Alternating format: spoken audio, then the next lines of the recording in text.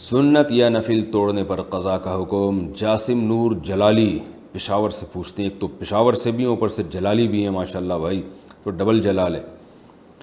کہتے ہیں کہ اگر کوئی سنت یا نفل کی نیت کرے اور جماعت کھڑی ہو جائے اور وہ پہلی رکعت میں ہی سلام پھیر کر نماز میں شریک ہو جائے تو کیا اس پر سنت یا نفل کی قضا ہوگی یا نہیں ہوگی؟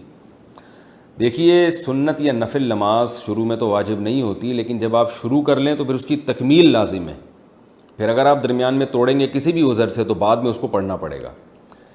یعنی نفل نماز یا کوئی بھی نفل عبادت وہ شروع میں تو لازم نہیں ہوتی، لیکن جب آپ نے شروع کر لی، کوئی بھی عبادت نہیں یعنی نفل نماز جب آپ نے شروع کر لی تو اس کی تکمیل آپ پر واجب ہو جائے گی، کیونکہ یہ بھی ایک قسم کی نظر ہے، منت ہے۔ منت زبان سے بھی ہوتی ہے، عمل سے بھی ہوتی ہے۔ قرآن مجید میں اللہ کا ارشاد ہے وَأَتِمُّ الْحَجَّ وَالْعُمْرَةَ لِلَّهِ، حج اور عمرے کو اللہ کے لیے مکمل کرو۔ تو دیکھیں، حج تو چلیں پہلے سے فرض ہے، لیکن عمرہ تو فرض نہیں ہے۔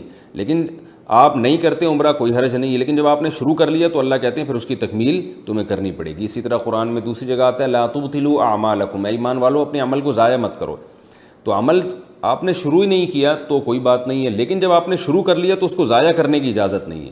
اسی وجہ سے ہم یہ کہتے ہیں کہ اگر کسی نے نفل روزہ نہیں رکھا تو کوئی گناہ نہیں ہے، لیکن رکھ کے اگر اس نے توڑ دیا تو اب اس کی قضا کرنا واجب ہو جائے گا، اسی دلائل کی وجہ سے کہ قرآن میں اللہ نے عمل کو ضائع کرنے سے منع کیا ہے۔ ایک عمل جب شروع کر لیا تو اس کی تکمیل آپ پر لازم ہے، اگر آپ تکمیل نہیں کریں گے تو دوبارہ سے اس کو کرنا پڑے گا آپ کو۔